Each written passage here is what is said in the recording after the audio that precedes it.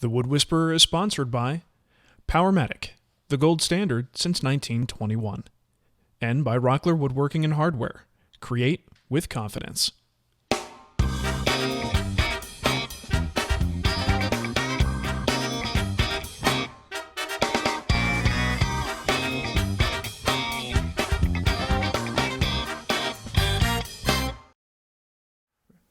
Now the next thing we need to do is cut this little slot in each of the side pieces.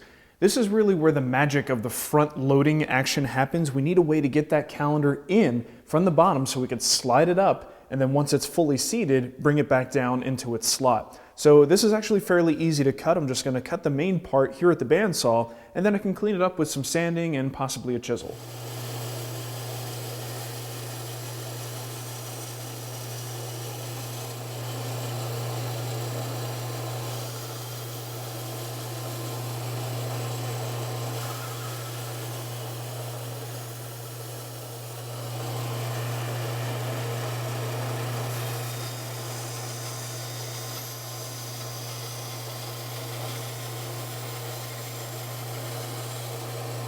Just a little chisel action here to help flush it up. You basically want it to be even with the inside face of that rabbet there.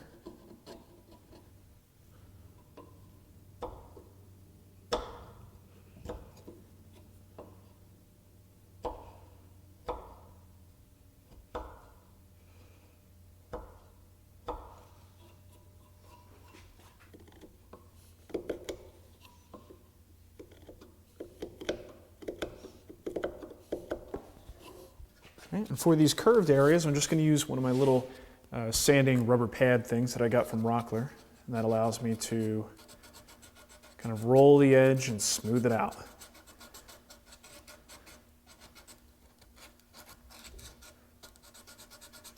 And once all the burn marks are gone and it's nice and even, we're pretty much done here.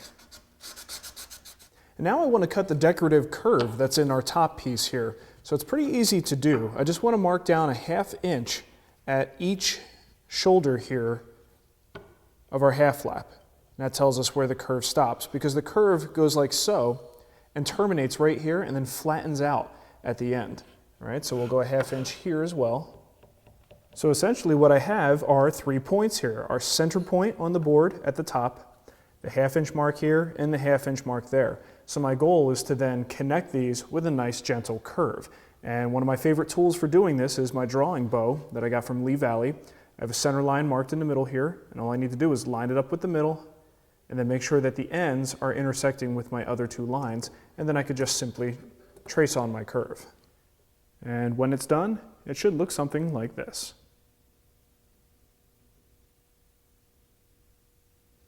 Now before I start cutting the curve, I do want to cut this little relief cut here. Remember, that's going to be square, and then the curve starts right about here. So I can use my fence and my bandsaw to just carefully sneak up. I'll probably stay a little bit away from the shoulder just to be safe, but a nice clean cut there would make it a little bit easier when we cut our curve.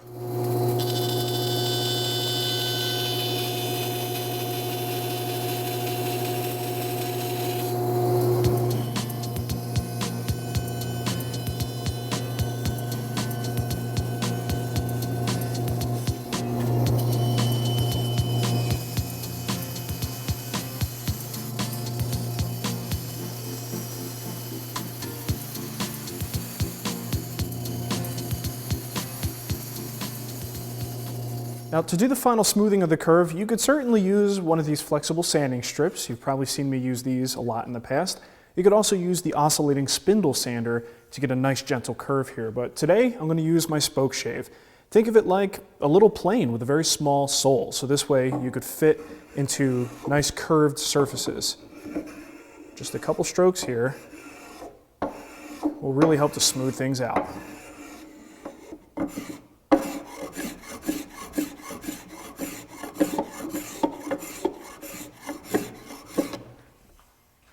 The final thing we need to add is a pencil groove to the bottom frame piece. And this way, if you have a pencil or a pen that you want to rest on the calendar frame, you can keep it there, and it's nice and handy if you want to mark up the calendar. To do this, I'm going to use this sort of bull nose bit here. You might see it referred to as a core box bit or a cove bit. This one in particular is fairly long and slender, but I'm really just going to use the very tip to create just a little divot. I don't have much material to work with here, so I just want to kiss the center of this part here and give myself a nice little groove to drop a pencil into.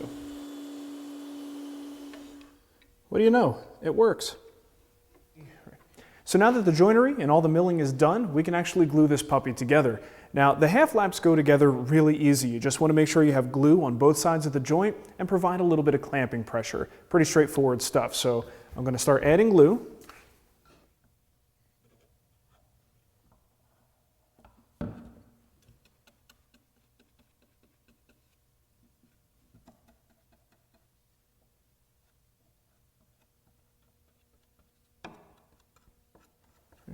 Once all the joints are nice and covered, you can start assembling the frame.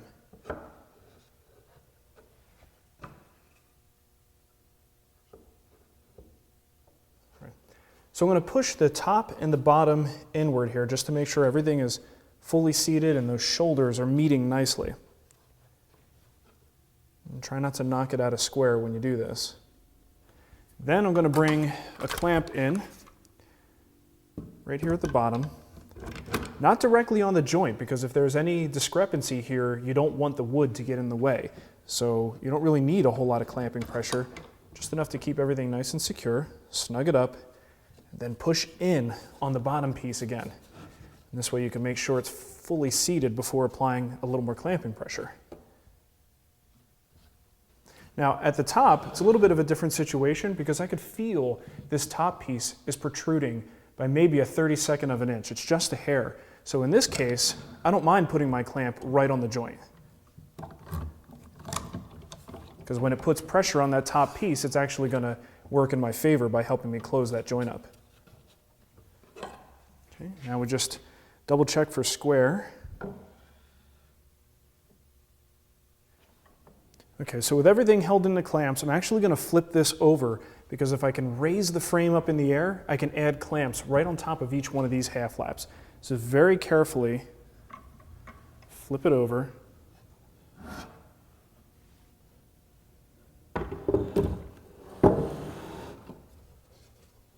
Now I'm just going to take a quick clamp at each corner.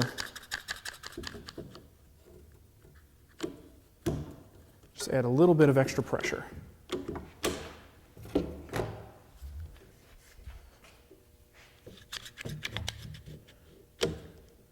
That looks pretty good. If your joints are all cut properly and the shoulders of your joints are all square, you really shouldn't have any issues with having the entire frame square. If it is slightly tweaked out of position, with a frame like this, you can usually just apply hand pressure from corner to corner, one way or the other, to adjust for it, and it should straighten everything out for you. So I let the frame dry overnight. Everything looks pretty good at this point, and the next step is to square off the rabbets in the back. Now all we really need to do here is extend these two rabbet ledges. So I'll start with the top one, and I even have a pencil line here that kind of helps as a guide, but I'm really just going to use the edge of the existing rabbet here to help guide the chisel.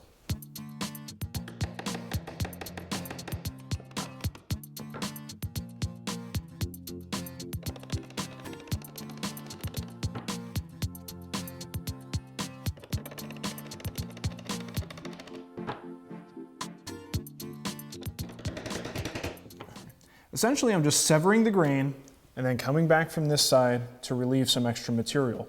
If we start chopping too hard from this side without relieving this material here by putting a cut line there, you could very well just pop this piece right off. So it's always important to do this cross grain cut first and then go back and remove some of the stock.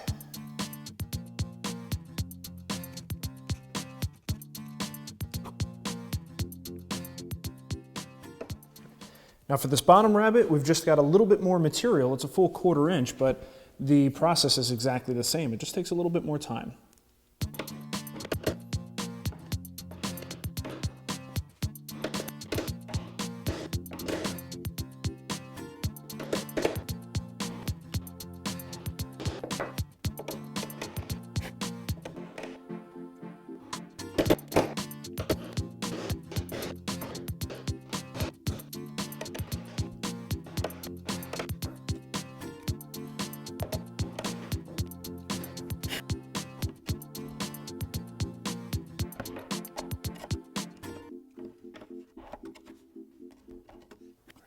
With all of our rabbets cut, we can now measure and cut our back panel.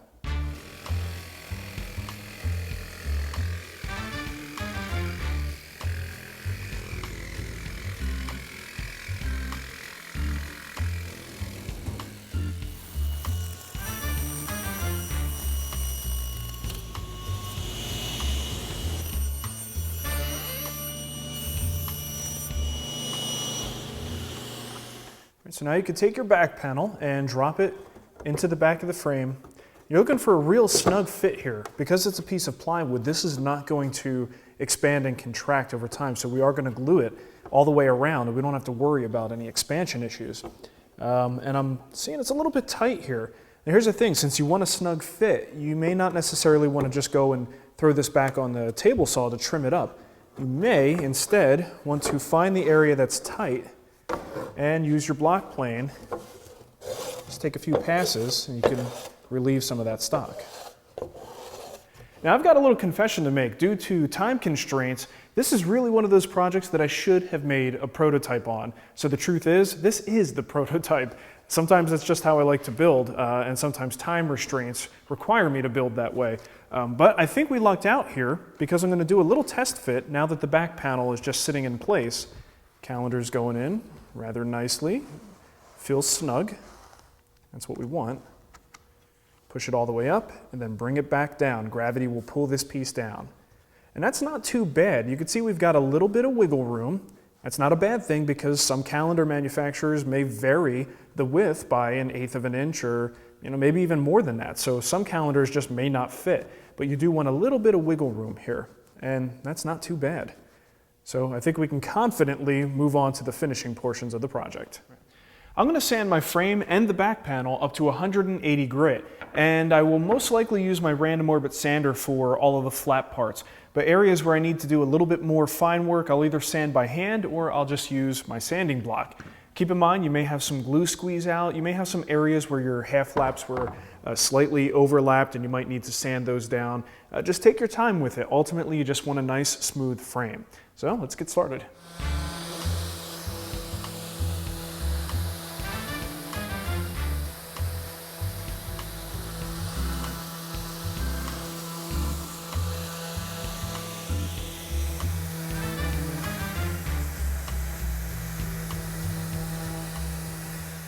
At this point, I think I'm going to add a nice little edge treatment to the perimeter of the frame. Now keep in mind what you choose or the bit that you use to make this edge treatment can really make a difference in the overall look of the piece. If you go with something like an OG or something a little bit more ornate, you kind of give it a bit of a traditional look versus something like a simple roundover, which is what I'm going to use today. That gives it a little bit more of a contemporary look. And for me, what I'm thinking about is the fact that this figured maple, it does make a statement in and of itself. And that to me says that the edge treatment just doesn't need to be very substantial. The wood is doing all the visual work here. And you're also really trying to create a focal point for the calendar. So the more you draw away from that, I think they sort of work against each other. It can sometimes be a little bit too much. So a 1/4 inch round over for me. I should also mention here that I'm only going to do that round over on the outside front perimeter here. The rest of the edges, I'm just going to knock them down with a little bit of sandpaper so that they're no longer sharp. I don't see any reason to do that 1/4 inch round over all the way around. Just wouldn't look very good. So let's fire up the router.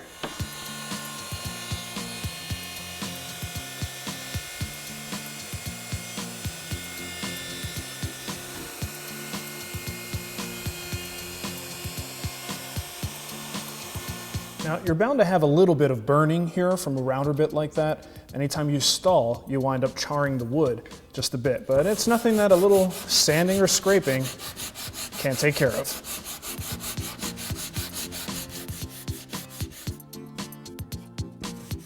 And now I'm just going to soften and ease these inside edges.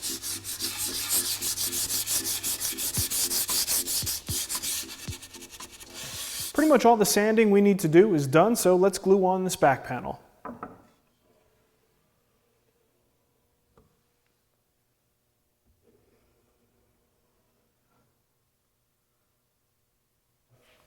Now just a quick tip with the back panel. If you have a little bow, and with thin material like this, it's very hard not to have a bow, it's a good idea to place the bow this way, so it's frowning essentially. And this means when you put it into the rabbets here, you really can just push down in the center and it applies pressure across the whole entire joint. So it just makes things a little easier. You see how it's raised in the middle here? When I push down, everything gets nice and tight. So the other way, you have 2 points that you need to apply a lot of pressure to get it to seat perfectly. This is a pretty tight fit here. That looks pretty good. So what I'm going to use, and you can see I don't really have much in the way of glue squeeze out here, and that was intentional. A little bit here, but that should help clean that up. But as you can see, as I put pressure down, I don't really have glue squeezing up. So what I want to do is use little MDF cawls here all the way around to help apply even pressure.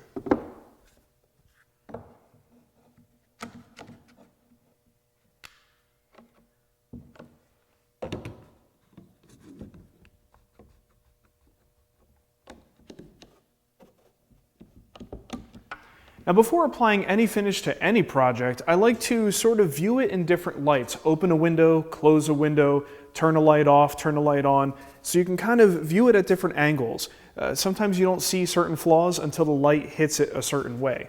And everything looks pretty good on this guy, so I think we are ready for the finish.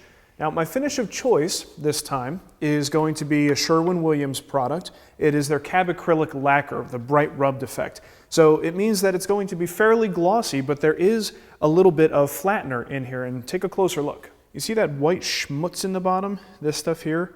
Those are the flatteners. Basically, they're small particles that scatter light and take you from a high gloss to something that is more semi-gloss or satin, and depending on how many flatteners are in the mix, that sort of determines the final sheen. Now this one has settled over the course of a couple weeks, so we have to mix everything thoroughly, but one thing to keep in mind is if you happen to have the flatteners on the bottom, and let's say you decide you really want a high gloss finish, you can actually just pour that lacquer right off the top. Try not to disturb the flatteners, and you'll have yourself a nice gloss mixture.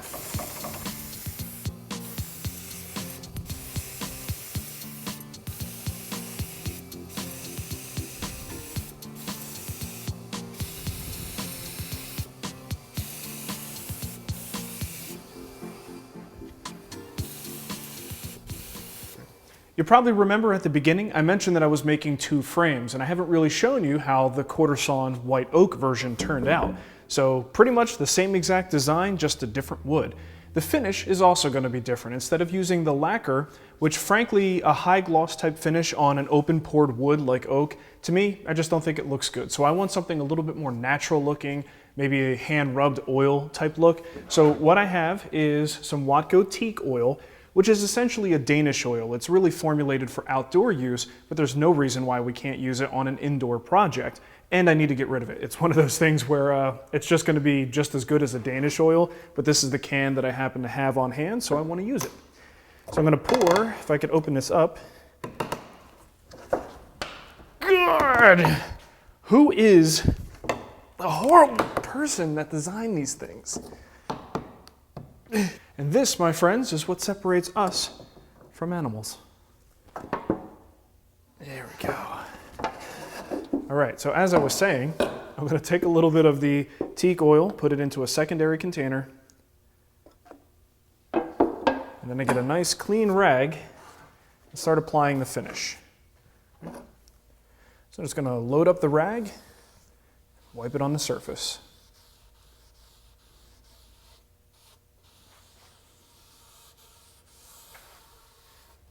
This curly white oak is pretty amazing stuff. You know, since we have this back panel to do here, I decided to just go with a foam brush. It's going to help me get more coverage faster and also get under our little groove here. You have plenty of time to work with an oil varnish blend like a Danish oil or this teak oil. So I like to pretty much spread it over the surface, let it soak in, and once the entire surface is coated, you can come back with your cloth and wipe off any standing material, any of that excess.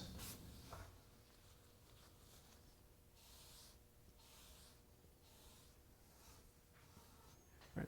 So after about 4 coats of lacquer with 600 grit sanding in between to smooth everything out, I've got a nice lacquer finish on my maple frame here. Really happy with the way it turned out. The calendar is held in fairly tightly. You don't want it to be too tight.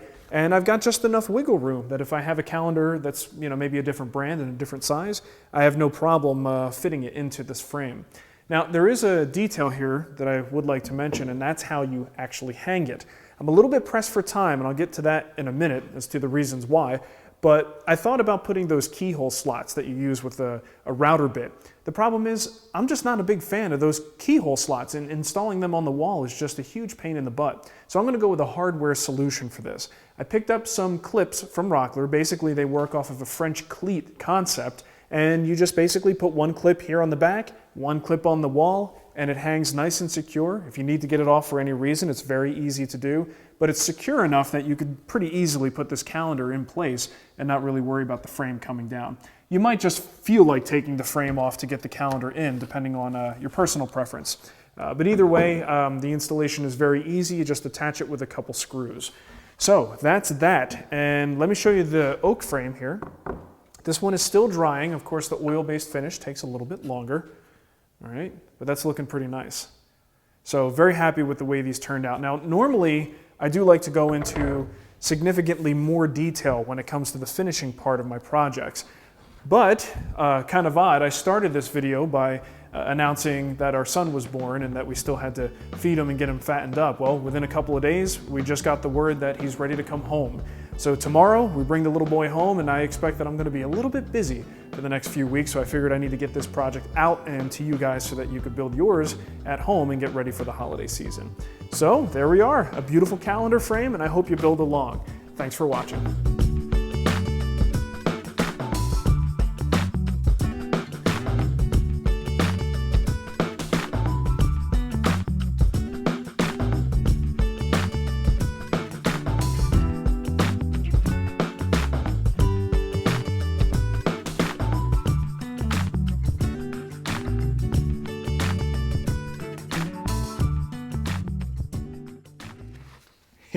Look at these stupid dogs. That dog is pretty. That dog is stupid. Look at that stupid dog. He thinks he's going swimming.